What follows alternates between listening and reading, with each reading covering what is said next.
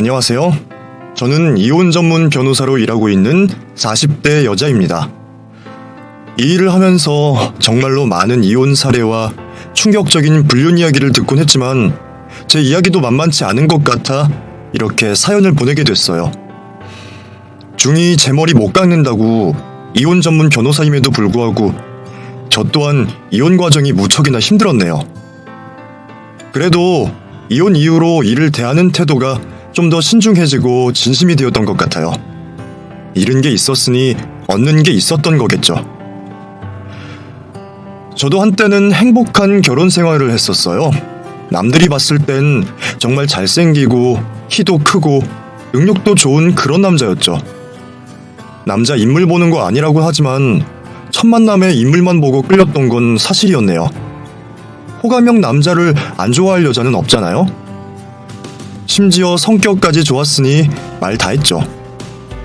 연애를 하고 결혼을 하기까지 저희는 모든 게 다 잘 맞았습니다. 일단 그 사람이 센스가 있던 사람이라 싸울 일이 별로 없었던 것 같아요. 싸울 땐 싸우더라도 언제나 화해를 하고 남들처럼 지지고 볶고 그럭저럭 살 거라 생각했어요. 그 인간이 바람을 피우기 전까지는 말이죠. 남들이 말하는 불륜의 징조들이 제 남편에게 보이기 시작하더니 그 끝을 집요하게 찾아내니 결국 여자가 있었더라고요. 같은 곳에서 일하고 있는 여자였고 나이는 남편보다 10살이 어렸습니다. 남편이 저에게는 SNS를 절대 하지 않는다고 했었거든요. 그런 거 해봤자 사진 올릴 것도 없고 시간 낭비만 하는 거라며 아주 학을 떼곤 했죠. 그런데 어느 날 우연히 남편이 핸드폰을 하고 있는 모습을 슬쩍 보니 SNS를 접속하고 있는 것 같더라고요. 그래서 물었어요. SNS 안 한다며? 안 하는데? 왜? 그거 방금 SNS 화면 아니었어? 아닌데? 맞는 것 같은데? 아니라니까. 직장 동료가 업무적으로 링크 하나 보내줬는데 그거 열었더니 자동으로 접속이 됐나 보네. 하지만 저는 보고 말았어요. 남편의 핸드폰 화면에 SNS 어플이 깔려있는 것을요. 그냥 하면 한다고 말을 하면 되는 거지 뭘 그렇게 적극적으로 부정을 하는지 이해를 할 수 없었어요. 아내 몰래 SNS를 한다는 건 분명 수상한 징조잖아요? 그리고 남편이 갑자기 피부과를 다니기 시작하더라고요. 클렌징도 제대로 하지 않았던 인간이 갑자기 뾰루지 하나 난 걸 가지고 며칠 동안 씨름을 하는 거예요. 갑자기 외모에 신경을 쓰기 시작한다? 시그널이 맞잖아요. 직업병 때문인지 배우자의 의심스러운 행동 하나하나에도 의미를 부여하게 되더라고요. 그때까지만 해도 저는 저의 의심이 그저 의심에서 끝나기를 바랐습니다. 모두가 그렇듯 내 배우자만큼은 바람을 피우지 않을 것이라 생각하잖아요. 저도 그렇게 굳게 믿었던 것이죠. 남편은 왜 갑자기 수상한 행동을 하기 시작한 것일까? 그 생각이 멈추지 않았어요. 남편의 핸드폰을 몰래 보려고 해도 비밀번호가 걸려 있어서 도저히 열 수 있는 방법이 없었네요. 이럴 때일수록 단순한 방법을 써야겠다고 마음먹었어요. 하루에 한 번씩 예상되는 비밀번호를 조합해 눌러보았습니다. 제 생일, 남편 생일, 결혼기념일, 시어머니 생일 등등 전부 눌러봤지만 헛고생이었어요. 그러던 중 남편의 은행 업무를 대신 봐주게 되면서 통장 비밀번호를 알게 됐고 혹시나 그 번호와 핸드폰 잠금 비밀번호가 같지 않을까 싶은 마음에 시도해봤더니 결국 성공했네요. 흔히들 말하는 판도라의 상자를 열게 된 것이죠. 역시나 남편의 핸드폰에 SNS 어플이 깔려 있었습니다. 구석에 잘도 숨겨놨더라고요. 그 어플을 켠 순간 저는 과거로 돌이킬 수 없게 되었습니다. 남편이 SNS를 한 이유는 바로 상간녀와 은밀하게 연락을 주고받기 위해서였어요. 그리고 둘이서만 알고 있는 계정을 만든 다음에 사진을 공유하고 있었죠. 그 사진들은 두 눈으로 보기 힘들 정도로 노골적이었습니다. 진짜 어이가 없어서 결국에는 불륜이 맞았구나 싶은 생각에 눈물이 쉴 새 없이 흐르더라고요. 일단 증거를 모아라 제가 사람들에게 가장 많이 하는 말이었지만 막상 그 상황이 되니 증거고 뭐고 당장 남편의 머리채를 잡고 따귀를 때리고 싶은 심정이었어요. 대체 왜 그랬냐고, 나한테 미안하지도 않았냐고 따지고 화내고 싶은 마음이 굴뚝 같았지만 섣불리 행동할 순 없었습니다. 남편이 잠에서 깰까봐 겨우 화를 삼켰네요. 일단 제가 불륜을 알아챘다는 걸 배우자가 알게 된 순간 더 숨기려고 할 게 뻔했기 때문에 일단 모른 척을 해야 했어요. 아직도 그 여자의 이름을 기억해요. 이선영. 남편은 그 여자의 이름 맨 끝자리를 애칭으로 부르곤 했죠. 둘은 제 존재가 웃기기라도 하듯이 저를 대상으로 농담을 많이 했더라고요. 그리고 대화의 끝은 늘 이혼으로 마무리가 되곤 했어요. 상간녀는 남편이 하루빨리 이혼을 했으면 했죠.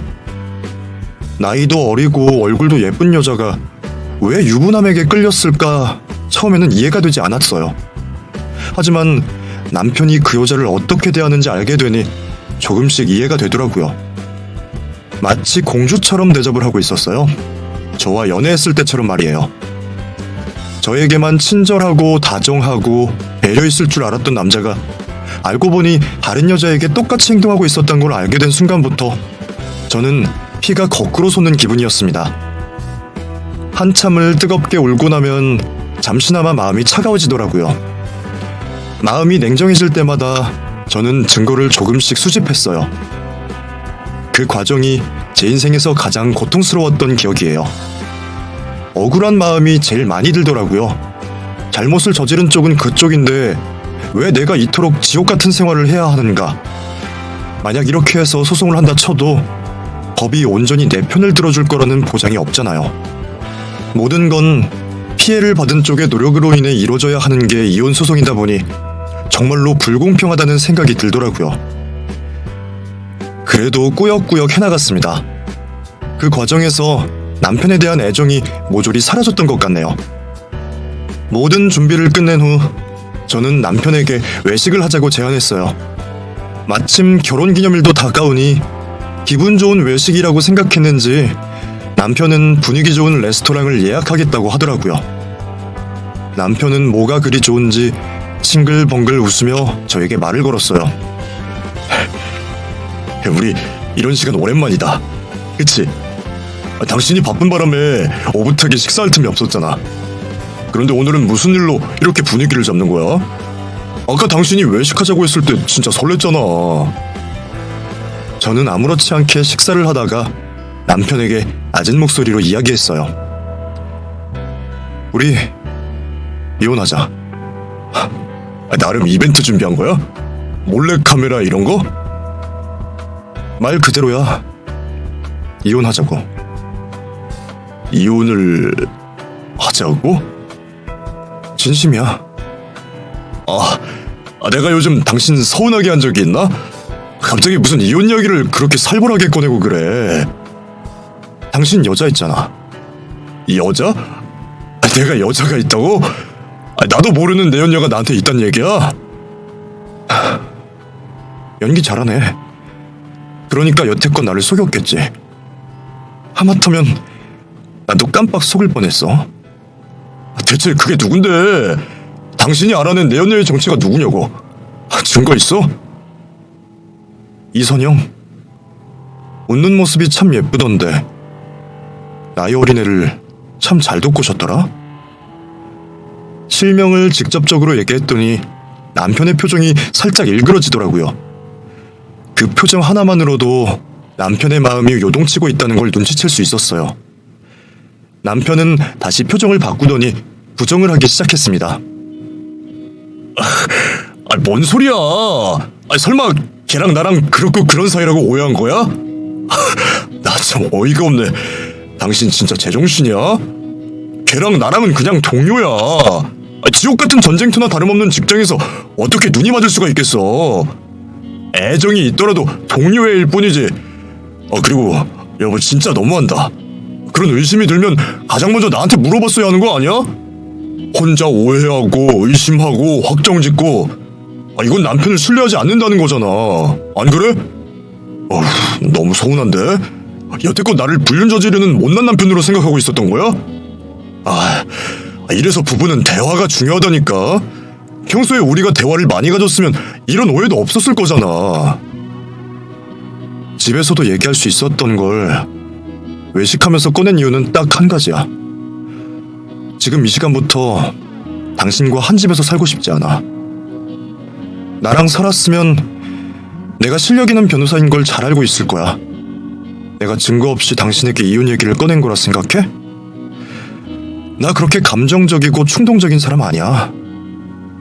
피눈물을 흘려가며 증거를 모으고 또 모을 동안 내가 얼마나 고통스러웠는지 알기나 해? 차라리 사과를 하지. 그러면 유중함이라도 있을 텐데. 변명하면서 얼굴색 하나 안 변하네? 참 뻔뻔하다. 여보, 진심으로 나랑 이혼하고 싶다는 거야? 내 사정도 안 들어보고? 불륜의 사정이 왜 필요하지? 당신이 찾은 증거가 뭔진 모르겠지만 지금 너무 당황스러워. 물론 내가 잘못했겠지. 원인을 제공한 건 내가 맞을 거야. 당신의 마음을 상하게 한 것만으로도 내가 잘못한 거야. 하지만 내 입장에서도 억울함이 있을 수도 있고 당신을 붙잡을 기회조차 없다는 게 말이 안 되잖아. 조용한 레스토랑에서 소리 지르고 싶지 않으니까 헛소리 집어쳐. 여보, 한 번만 내 얘기 들어주라. 나 정말로 여보밖에 없는 거 알잖아. 비록 잠시 땀만 품었어도 내 마음속에 있는 여자는 당신뿐이야. 당신이랑 있을 때가 가장 나다운 모습이라고. 밖에서의 모습은 거짓이고 가식이야. 전부 가짜야. 와이프는 영혼 없는 목각 인형 그 자체에다가 여자 구실도 못하는 속빈 깡통이라며. 선영아, 내가 얼른 이혼할 테니 우리 빨리 결혼해서 애부터 낳자. 좋은 남편이자 좋은 아빠가 될 자신이 있어. 나한테 필요한 건 와이프가 아니라 너야. 내가 평생 책임질게. 여보, 그런 거 아니야. 선영이랑 여행도 가고 레스토랑도 가고 고급 호텔도 갔더라? 선영이가 입은 빨간 수영복이 참 인상적이었어. 그만하라고. 뭘 그만해. 꼴에 창피하긴 한가 봐. 그 여자한테 내 부인과지랑까지 다 털어놨더라. 아주 비밀 친구 납셨어. 좋으면 이혼하고 만나지. 구질구질하게 이딴 식으로 불륜을 저질러. 내가 뭘 제일 싫어하는지 알면서. 당신 내 핸드폰 뒤졌어? 그래, 뒤졌다. 아주 보물단지 모시듯이 숨기고 다니길래 무슨 내용이 있길래 그러나 궁금해서 뒤져봤어. 아주 가관이던데? 대화 내용까지 다 뒤진 마당에 내가 변호사인 당신을 어떻게 감당할 수 있겠어. 알았어, 내가 졌다. 당신 하고 싶은 대로 다 해라. 이젠 됐어? 뭐 항상 이런 식이었잖아. 내 의견은 언제나 묵살되고 당신 마음대로 진행됐잖아. 이게 결혼 생활이야. 이혼도 당신 알아서 해. 이제 와서 내 마음 털어놓는 거 의미 없다는 거 알지만 한 번쯤은 당신이 내 존재를 귀하게 버텼으면 했어. 당신 앞에서는 내가 위축되고 별 볼 일 없는 남자가 되곤 했는데 또 누군가에게는 내가 세상에서 제일 멋진 사람이 되어 있더라. 그 달콤한 유혹을 도저히 뿌리칠 수가 없었어. 당신도 알잖아. 내가 인정욕구가 강한 사람인 거. 이런 내 성향을 당신도 알면 나를 한 번이라도 인정해줄 만도 했잖아. 툭하면 불만에 무시에 타박까지 내가 어떻게 버틸 수 있었겠어. 안 그래? 핑계 대지 마. 온갖 이유 갖다 붙이면서 불륜을 정당화하고 싶은 마음 잘 알겠는데 그래봐야 당신은 비겁한 불륜남 그 이상도 이하도 아니야.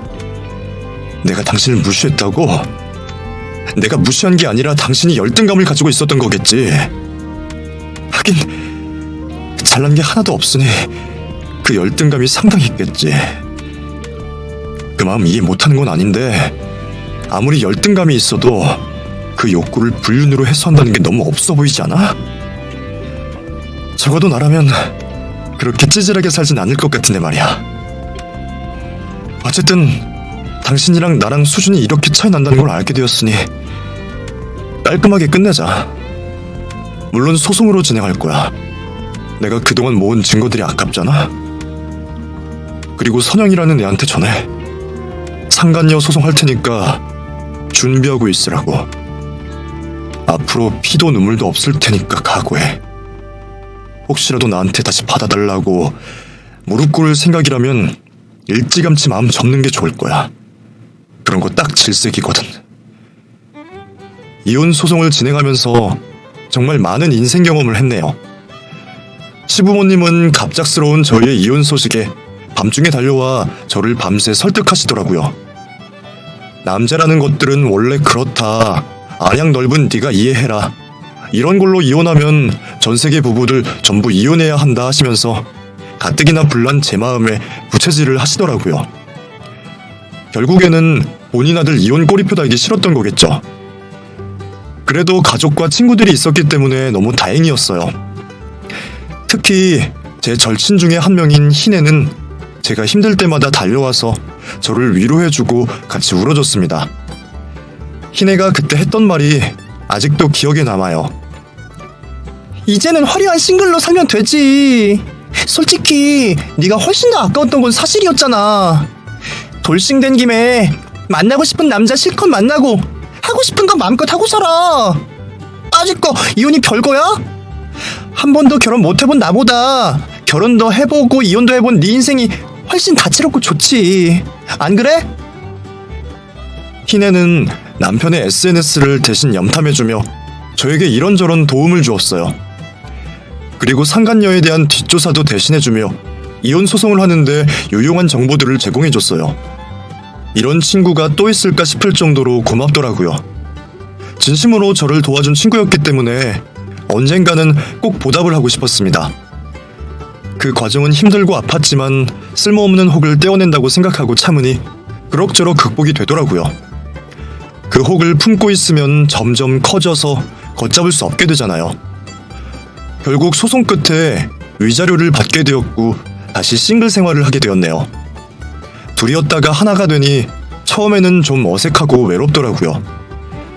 특히 밤에 자려고 누웠을 때 옆자리가 허전했어요. 늘 불을 끄는 건 남편의 몫이었기 때문에 잠을 자려고 누웠을 때마다 제가 이혼을 했다는 걸 뼈저리게 실감하게 되더라고요. 그래서 한동안은 불을 켜둔 채로 잠을 자곤 했습니다. 적막함과 허전함이 저로서는 제일 견디기 힘들었네요. 이혼의 아픔을 잊기 위해서 정신없이 일했어요. 그리고 일을 하지 않을 때는 끊임없이 움직였습니다. 집안일을 하거나 운동을 하거나 하다못해 필요한 것도 없는데 마트에 가서 발가락에 물집이 잡힐 정도로 걷기도 했죠. 그렇게 몸을 혹사시키며 그 사람과의 추억을 잊었어요. 가끔은 울컥하더라고요. 내가 지금 이렇게 힘들고 살고 있는데 그 인간은 상간녀와 살림 합쳐 잘 먹고 잘 살고 있겠지. 과연 둘이 애는 낳았을까 싶은 생각이 들 때면 생각이 걷잡을 수 없이 퍼져나가더라고요. 과거에 매몰되면 안 되는 거 알지만 자꾸만 그 인간이 잘 살고 있나 궁금한 거예요. 하지만 애써 그 생각을 지우려고 노력했습니다. 잘 살고 있으면 그거대로 열받고 못 살고 있으면 그거대로 한심할 것 같더라고요. 그렇게 3년 정도가 흘렀어요. 이제는 그 인간과의 지독한 인연이 완전히 끝났구나 싶었죠.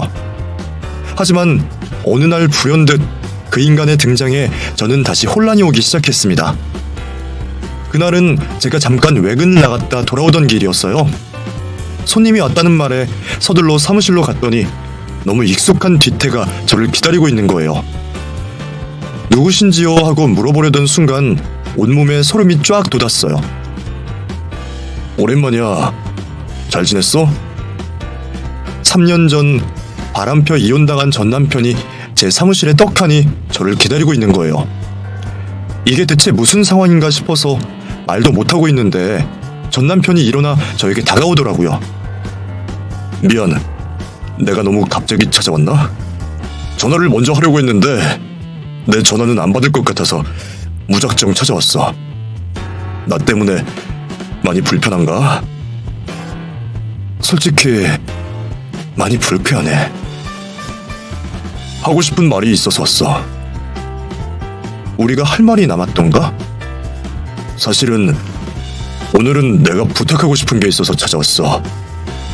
이렇게 찾아오는 게 맞나 싶긴 했지만 내 주변에 도저히 도움을 청할 데가 없어서 말이야. 나는 별로 할 말이 없는데 나가줬으면 좋겠네. 저기 나 또 이혼하는데 도와줄 수 있어? 또 뭘 한다고? 이혼을 한다고. 그렇게 됐어. 지금 좀 복잡한 상황인데 조언이 필요해서 말이야. 내가 당신을 도와줄 거라고 생각해서 찾아온 거야? 진심으로? 이럴 땐 어떻게 해야 하는지 너무 막막해서. 내가 이혼 소장을 받았거든? 근데 거기에 너무 말도 안 되는 내용들이 많아서 반박을 좀 하고 싶은데 어떻게 할지 모르겠어. 솔직히 당신도 알잖아. 나는 내가 잘못한 건 인정하는 타입이야. 하지만 억울한 건 풀고 싶어서 그래. 사실관계는 명확하게 해야지. 상간녀랑 바람 피워서 이혼까지 당한 주제에 새 살림 차린 상간녀한테 이혼 소송 당했다고 전부인한테 쪼르르 달려와서 도와달라고 하는 건 무슨 심보지? 내가 지금 이 상황을 어떻게 이해해야 되는 건데? 그 애 말고 새로운 사람이랑 재혼했었거든. 잘났다. 재혼했으면 알아서 살 것이지 왜 이혼 소장 받은 걸 왜 나한테 들고 오냐고. 나는 우리가 그래도 과거에 공유한 추억도 많고 한때는 가장 가까운 사람이었기 때문에 이 정도 이야기는 할 수 있을 거라 생각했어. 내 상황을 누구보다 당신이 잘 알고 있기도 하고. 우린 남보다 못한 사이잖아. 내가 날 배신한 사람을 왜 도와줘야 하는데. 내가 진짜 상황이 너무 안 좋아. 돈도 날리고 집도 날리게 생겼어. 재혼 잘못한 탓에 내 인생이 폭삭 무너지게 생겼다고. 요새 어떤 생각까지 드는지 알아? 지금 살고 있는 인생이 가짜였으면 좋겠다. 자고 일어나면 당신이 내 옆에 누워있고 아무렇지 않게 아침밥 먹으면서 출근하고 싶다. 가능하다면 인생 자체를 리셋하고 싶을 지경이야. 그 정도로 내가 요즘 절박하고 힘들어. 동정심 유발이 나한테 통할 거라고 생각해? 심지어 공짜로 도와달라고? 내가 미쳤어? 얼굴만 봐도 혐오스러운 전남편의 이혼 소송을 도와줄 만큼 내가 비위가 강하지 않아. 그러니까 좀 나가줄래? 당신 상대해줄 만큼 한가한 사람이 아니거든. 한 번만 내 말 좀 들어줘. 솔직히 좀 웃기네. 돌돌싱 된 거 미리 축하해. 그것만으로도 나한테 큰 위안이 되네. 앞으로도 쭉 그렇게 찌질하게 살아줬으면 좋겠어. 그래야 내가 웃을 일이 많아질 것 같거든. 전 남편을 아주 매몰차게 내쫓았어요. 너무 어이가 없더라고요. 아무리 상황이 안 좋고 상담받을 곳이 없어도 그렇지 어떻게 저한테 도움을 요청할 생각까지 할 수가 있죠? 어쨌든 전 남편이 또 이혼 소송을 당하고 있다는 사실을 알게 되었네요. 아마도 집어릇 개 못 주듯 또 바람을 피웠겠죠. 전 남편은 그 다음 날에도 또 저를 찾아왔습니다. 한 번만 봐달라며 서류를 내밀더라고요. 이게 내가 받은 이혼 소장인데 혹시 봐줄 수 있어? 지금 뭐 하는 짓이야? 한 번만 부탁이야. 응? 억지로 제 손에 쥐어주더라고요. 전 남편이 건넨 이혼 소장을 본 순간 저는 제 눈을 의심하고 말았습니다. 전 남편에게 이혼 소장을 보낸 여자의 이름이 너무 익숙한 거예요. 희네, 제 절친의 이름과 같았어요. 워낙 이름이 특이했기 때문에 그 이름을 본 순간 얼어붙게 되더라고요. 저도 모르게 그 이름을 읊조렸어요. 희네? 지금 와이프 이름이야. 희네. 진짜 이게 당신 와이프 이름이라고? 왜? 처음에는 설마 아니겠지 싶었어요. 우연의 일치로 특이한 이름이 겹칠 수도 있잖아요. 심지어 제 친구 희애는 얼마 전 좋은 남자를 만났다며 해외에서 살림을 합치고 살겠다며 이민을 간 후였어요. 결혼식은 올리지 않았다고 하더라고요. 설마 희애가 나를 속인 게 아닐까 불안한 생각을 하니 점점 더 그 마음이 커지는 거예요. 저는 전 남편에게 본능적으로 물어봤습니다. 지금 와이프 사진 있어? 사진은 왜? 있냐고. 있긴 있지. 보여줘, 얼른. 전 남편은 어리둥절하며 핸드폰을 꺼내더니 사진을 하나 보여주더라고요. 그 사진을 본 순간 숨이 턱 막히는 기분이었어요. 사진 속 여자는 다름 아닌 제 친구 희애였습니다. 제가 이혼으로 힘들어할 때 저를 진심으로 도와주고 힘들 때마다 발벗고 나서준 친구였죠. 그리고 제 전남편 욕을 함께 해주던 친구였어요. 너무 혼란스러운 마음에 전남편을 추궁했습니다. 내 친구 중에 아는 사람 있어? 당신 친구? 나야 뭐 당신 친구를 따로 본 적이 없잖아. 당신이 나한테 남 이야기를 하는 편도 아니었고 친구들을 집에 데려오는 스타일도 아니었으니까 뭐 결혼식 때 스치듯이 인사하는 게 다지. 내 친구 중에 그럼 아는 애가 한 명도 없다는 얘기야? 그래, 말만 부부였지 우리가 서로에 대해서 아는 게 있긴 했어. 당신도 내 친구들 보는 거 별로 안 좋아했잖아. 그래서 그냥 그런갑다 하고 말았지 뭐. 그런데 그건 갑자기 왜 물어봐? 와이프 사진은 왜 보여달라고 한 건데? 내 친구 중에 같은 이름이 있어. 그래? 워낙 특이한 이름이라 흔치 않을 텐데. 일단 전 남편은 희애가 제 친구인 건 모르는 눈치였어요. 그렇다면 둘이 접점이 없을 텐데 어떻게 만났고 어떻게 재혼까지 하게 된 건지 궁금하더라고요. 심장이 벌렁대고 손이 벌벌 떨렸지만 애써 태연한 표정으로 전 남편에게 물어봤어요. 지금 와이프는 어떻게 만난 건데? 진짜로 나를 도와주는 거야? 일단 말해. 어떻게 만났냐고.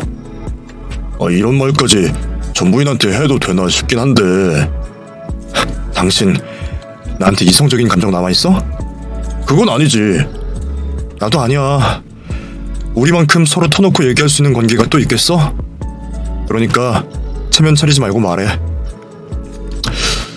당신이랑 이혼하고 얼마 안 있다가 SNS 메시지로 연락이 왔어. 내 사진 보고 마음에 든다나 뭐라나. 솔직히 호기심이 생겨서 나도 관심이 가더라고. 사진 보니까 괜찮길래 실제로 만나보기로 했지. 만나니까 괜찮더라고. 나를 좋아한다고 하니까 나도 마음이 흔들려서 그렇게 만남을 몇 번 더 갖게 되다가 연애를 하게 됐고 만남이 더 길게 이어지다가 살림을 합치고 재혼까지 하게 된 거지. 당신이 알고 있었던 그 여자랑은 그 과정에서 헤어지게 된 거고. 그러니까 내가 알던 그 여자랑 재혼한 게 아니고 새로운 여자랑 살림을 차렸다는 말이야? 그 짧은 시간에? 그렇게 됐는데 아무래도 재혼을 잘못했다 싶어. 너무 급하게 재혼을 해서 그런가 솔직히 후회가 좀 되더라고. 나에 대한 집착이 어찌나 심한지 재혼하자마자 무슨 의부증 환자처럼 굴더라니까. 내가 다른 여자를 만날까봐 너무 불안하다면서 경제권까지 뺏어가고 용돈도 찔끔찔끔 주면서 시간표에 맞춰서 딱딱 계산을 하는데 숨이 막혀서 도저히 살 수가 있어야지. 다른 건 몰라도 바람을 피우기도 전에 의심부터 하는 게 너무 서운하고 짜증이 나더라고.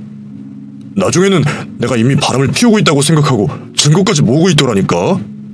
지금 이혼 소장도 말도 안 되는 증거 갖다가 소송을 건 거야. 이러니 내가 답답하지. 희애는 저의 비밀까지 전부 공유할 정도로 친한 친구였어요. 제가 남편에게 배신을 당했을 때도 자기는 배신 같은 거 절대로 안 할 거라며 호언장담하던 친구였죠.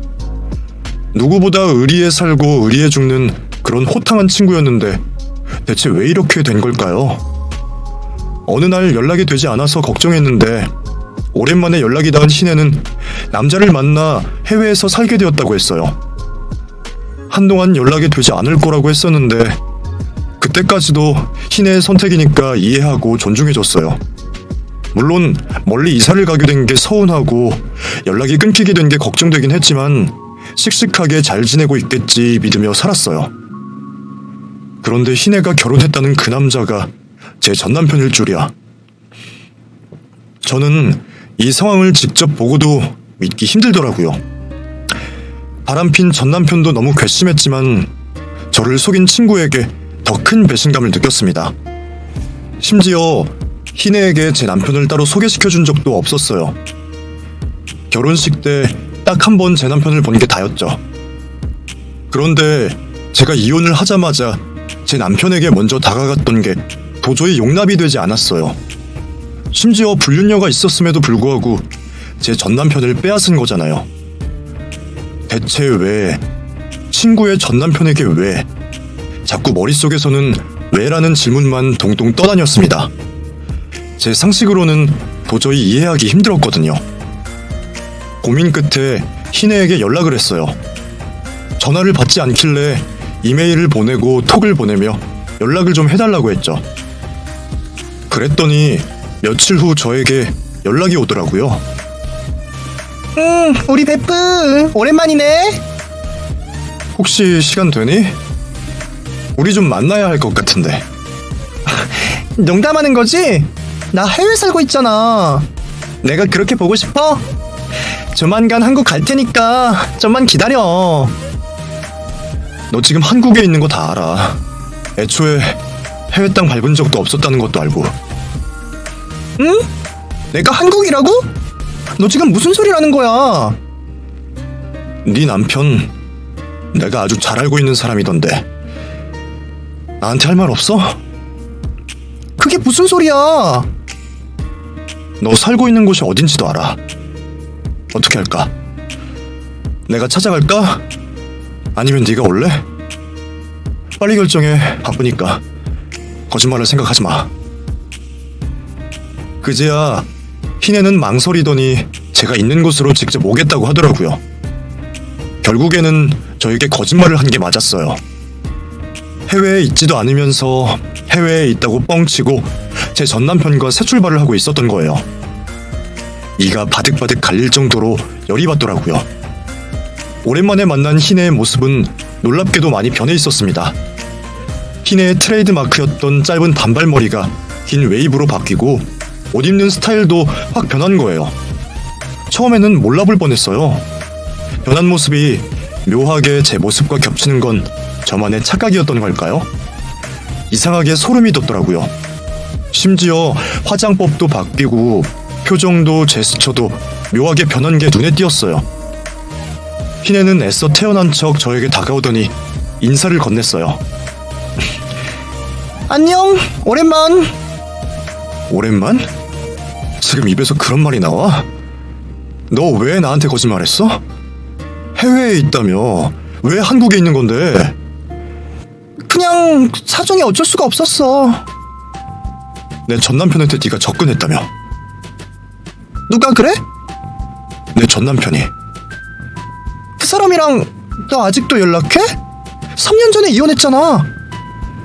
이혼 소송 당했다고 나를 찾아왔더라. 좀 도와달래? 그걸 너한테 부탁하러 갔다고? 그 인간 미친 거 아니니? 지금 그게 중요한 게 아니잖아. 대체 내 전남편한테는 왜 다가갔냐고. 너야말로 미친 거 아니야? 좋았으니까. 만나보고 싶었던 사람이었으니까. 뭐?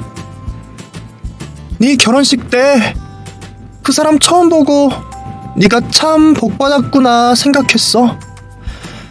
누가 봐도 훈남이었잖아. 너한테 듣기로 능력도 좋고 집안도 잘 산다고 하니까 잘난 남자구나 싶었지. 솔직히 내 이상형이었어. 친구 결혼식 때 그런 생각하는 것 자체가 이상하다는 거 잘 아는데 사람한테 빛이 나더라. 아무리 그래도 그렇지. 인간으로서 해서는 안 될 짓을 저질렀잖아. 너 혹시 정신적으로 문제 생겼어? 내 정신은 멀쩡해. 그럼 어떻게 나한테 그럴 수가 있어? 내가 상처받고 힘들 때마다 제일 먼저 달려와서 위로해줬으면서 속으로는 내 전남편 뺏을 생각부터 하고 있었던 거야? 친구가 아니라 상간녀였네. 상간녀라니, 말 조심해. 어쨌든 네가 이혼할 때까지 기다린 후에 그 사람한테 다가간 거야. 그리고 그 사람도 내가 싫었으면 안 만나지 않았을까? 우린 서로 사랑했어. 어차피 너랑은 끝난 사이니까 그 후로는 자유롭게 만나도 되는 거잖아. 나는 최소한의 양심은 지켰어. 따지고 보면 불법적인 행동도 아니잖아. 비록 너한테 사실대로 말하지 못하고 숨긴 건 미안하게 생각해. 하지만 그건 선의의 거짓말이었어. 애써 마음 추스리고 살고 있는 애한테 혼란스러운 말 덧붙이고 싶지 않았던 것뿐이야. 그리고 솔직히 말하면 나는 우정보다 사랑이야. 그래서 그 사람을 선택한 거야. 그래놓고 이혼 소송을 했단 말이지? 그건 우리의 개인적인 일이야. 아마 불안했겠지. 불륜 저질러 헤어진 남자 또 바람 피우지 말란 법 있겠어? 그러니까 집착을 했겠지. 다른 여자 만나진 않을까? 더 어리고 예쁜 여자를 만나진 않을까? 아마 같이 살면서도 행복하지 않았을 거야. 함부로 추측하지 마. 왜? 내가 너희 결혼 생활에 대해 너무 잘 알고 있는 것 같아서 당황스럽니? 앞으로는 더 자세히 알게 될 거야. 나 전 남편 돕기로 결심했거든. 전 남편을 돕겠다고? 너도 참 대단하다. 이혼한 전 남편을 돕고 싶은 마음이 들디? 내가 대단해? 너만 하겠니? 우리가 이렇게까지 싸워야겠어? 너 그거 집착이고 오기야. 마음대로 생각해. 나는 네가 좀 상처를 받았으면 좋겠거든. 집착이라면 집착이겠지. 인정할게. 나는 너의 그 시커먼 속내가 너무 짜증나. 내가 이혼하고 힘들어할 때 그걸 기회라고 생각한 너의 그 사상 자체가 너무 괘씸하다고. 내가 이혼하자마자 아주 득달같이 메시지를 보냈더라. 솔직히 이해가 잘 안 갔어. 너는 남이 씹다 버린 껌을 주워다가 씹은 거나 마찬가지잖아. 솔직히 나라면 더러워서 안 씹을 것 같거든. 그 사람이 가지고 있는 재산이 목적이었니? 아니면 나를 이겼다는 묘한 승리감을 느끼고 싶었던 건가? 말 조심해. 너는 항상 자기중심적으로 생각하는 경향이 있더라. 내가 널 왜 신경 써야 하는데? 나는 단지 내 이상형이었던 그 사람과 잘해보고 싶었을 뿐이고, 그 사람이 공교롭게도 친구의 전 남편이었을 뿐이야. 그리고 사람한테 씹던 껌이 뭐니 경박하게. 아주 세기의 사랑 납셨네. 그런 대단한 사랑의 결말이 이혼 소송이라니 정말 아름답다. 그치? 뒷골 생각하지 마. 너도 결국 이혼했잖아. 모든 결혼 생활의 결말이 좋으리란 법은 없는 거잖아? 스타일이 많이 바뀌었네. 긴 머리는 거추장스럽다고 싫다고 했으면서. 날이 춥잖아. 좀 길러봤어. 옷은 왜 그렇게 입었어? 회사도 안 나가는 애가 무슨 정장이야. 내 옷 내 맘대로 못 입어? 그냥 좀 무언가를 급하게 따라하는 느낌이 들어서. 그냥 너답게 살아. 괜히 남 흉내내지 말고. 지금 누가 누굴 흉내낸다고 생각하는 거야? 설마 내가 널? 진짜 웃기네. 남편까지 따라 사귀는 마당에 스타일은 못 따라하겠어? 전 부인을 보면서 참고했을 수도 있지. 근데 실패했어. 어색하고 별로네. 어린애가 엄마 구두 신고 나온 느낌이야. 아주 못하는 소리가 없네. 내가 널 왜 따라해? 네가 뭐 볼 게 있다고. 내가 미쳤어? 아니면 많은 거지. 왜 화를 내고 그래? 그냥 해본 소린데. 너랑 얘기하면 너무 답답하고 짜증나. 그래서 네가 이혼을 당한 거야. 자업자득이라는 말이 있지? 난 이혼을 당한 게 아니라 이혼 소송을 한 거지. 기억 안 나니? 네 현 남편이 불륜을 저질러서 증거까지 모았잖아. 어찌됐든 그 사람이 왜 바람을 피웠을까? 원인이 너한테 있다는 걸 모르니? 너도 불륜을 이유로 이혼 소송을 했던데. 그럼 너도 나랑 똑같은 동급이 되는 거네? 아무튼 나는 네가 승소하지 못하게 할 자신 있어. 너도 알잖아? 내가 집요한 구석이 있다는 거. 어쨌든 이 일에서 빠져줘. 우리 둘만의 일이니까. 나더러 일을 하지 말라는 얘기야? 직업이 변호사인데? 너도 전 남편 관련된 일 맡으면 껄끄러울 거잖아. 너를 위해서 하는 소리야. 껄끄러울 게 뭐가 있어. 네 말대로 이미 다 끝난 사이인데. 혹시 모르지? 전 남편이랑 같이 으쌰으쌰해서 소송을 겪다 보면 묘한 기류가 흘러 다시 재결합하게 될지도.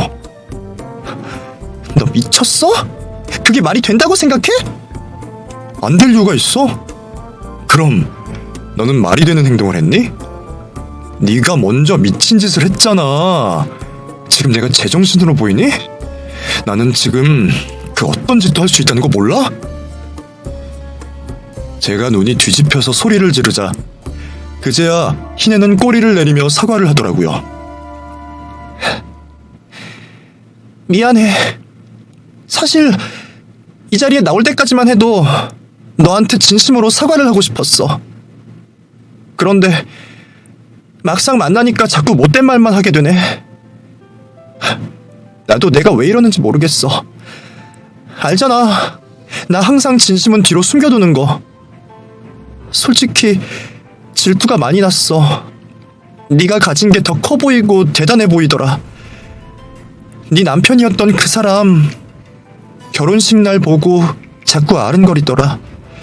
여태껏 제대로 된 이상형 한 번 만나본 적이 없었는데 절친의 결혼식에서 만나게 될 줄은 몰랐어. 정말 운명의 장난 같더라고. 그래도 나는 너랑 친구니까 애써 단념하려고 했는데 네가 이혼을 하겠다고 하는 거야. 물론 그 사람이 불륜을 저지른 건 잘못한 게 맞는데 연락해오지 않으면 언젠가 후회할 것 같다는 생각이 들더라. 비록 다른 여자에게 눈길을 줘서 이혼당한 사람이지만 어쩌면 내가 그 사람을 바꾸고 고칠 수 있지 않을까, 그런 바보 같은 생각을 하게 되더라.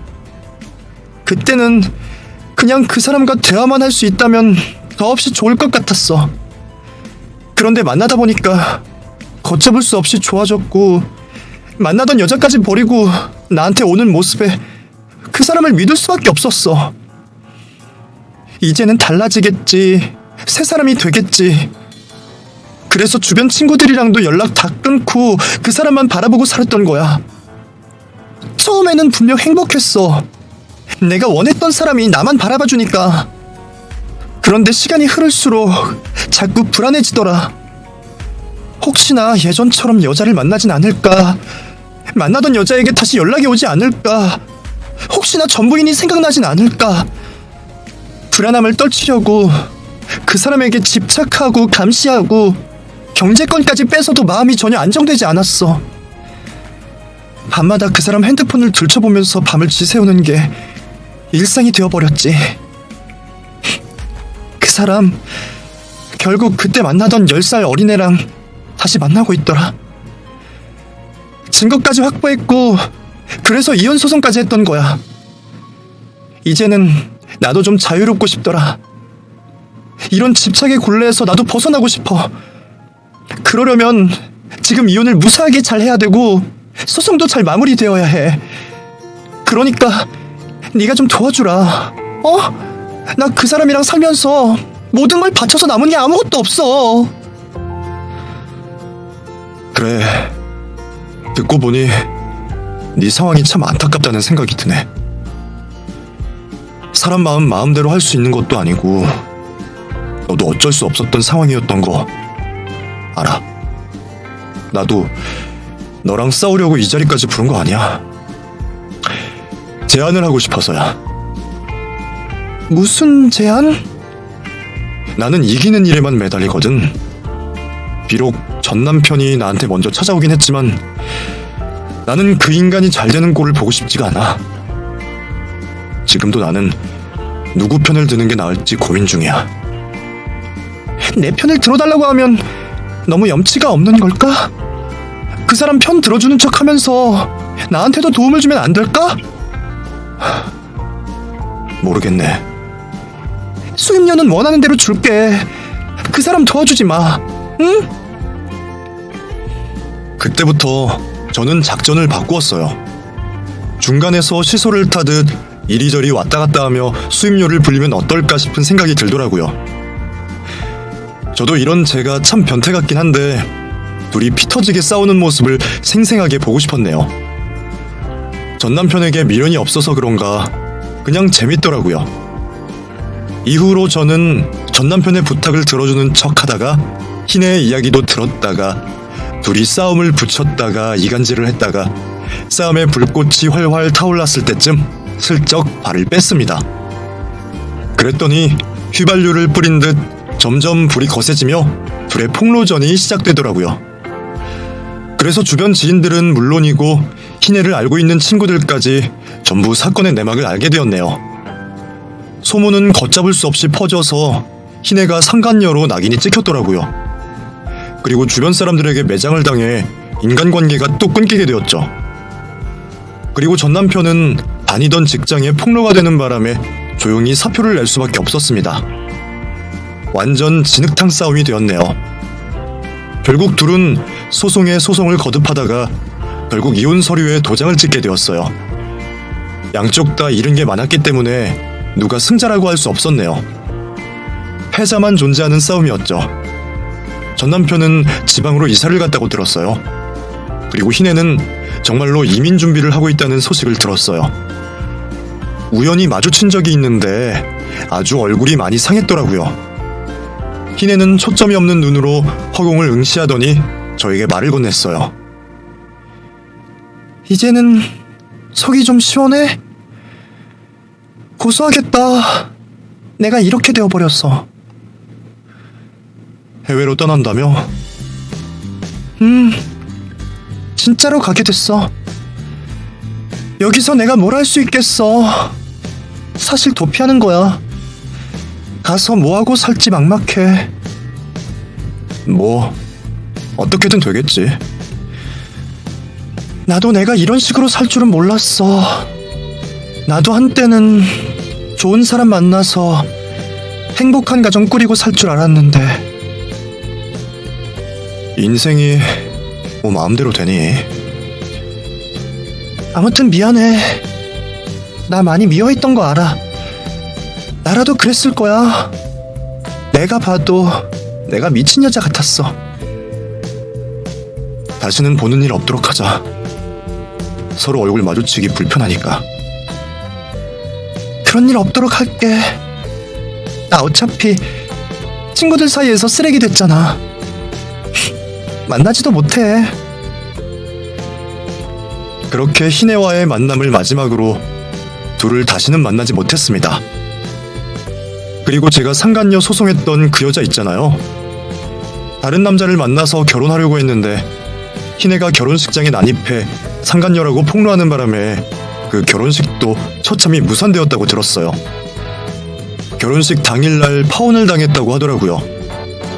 어쨌든 잘못을 저지른 사람들 모두 나름대로의 대가를 치른 것 같네요. 손도 안 대고 코 푼 느낌이 이런 걸까요? 한 명의 남자와 세 명의 여자가 얽혀있는 이 사태에 대해 어떻게 생각하시나요? 저도 저에게 이런 일이 일어날 줄은 꿈에도 몰랐어요. 친구의 남편에게 호감을 느꼈던 친구도 이상하고 이혼을 하자마자 득달같이 새로운 여자를 만나 뒤도 안 돌아보고 재혼해버리는 전 남편도 이상하고 유부남에게 매력을 느껴 불륜까지 저지른 상간녀도 정말 이상하잖아요. 이혼 전문 변호사로 일을 하다 보면 사람 자체에 대한 회의감이 들 때가 많은데 제가 직접 당해보면서 느낀 건 그런 부류의 사람은 이해하려고 하면 안 된다는 거예요. 양심이 없는 사람은 계속 그딴 식으로 살아갈 수밖에 없어요. 그냥 나와는 다른 사람이다 라고 생각하는 게 마음 편한 것 같아요. 제 사연 어떠셨나요? 저조차도 믿기 힘든 일이었는데 여러분들은 오죽하시겠어요. 하지만 이 일을 하다 보면 믿을 수 없을 정도로 충격적인 사연들이 쏟아져 나옵니다. 그래서 웬만한 일에는 잘 놀라지 않게 된 것 같아요. 하지만 두 번 다시는 겪고 싶지 않을 정도로 끔찍했네요. 이제는 좋은 일만 제 인생에 펼쳐지길 바라는 마음을 간절히 담아 사연을 보내봅니다. 여러분들도 앞으로 좋은 일만 가득하시길 바랄게요. 사연 읽어주셔서 감사드립니다. 건강하세요.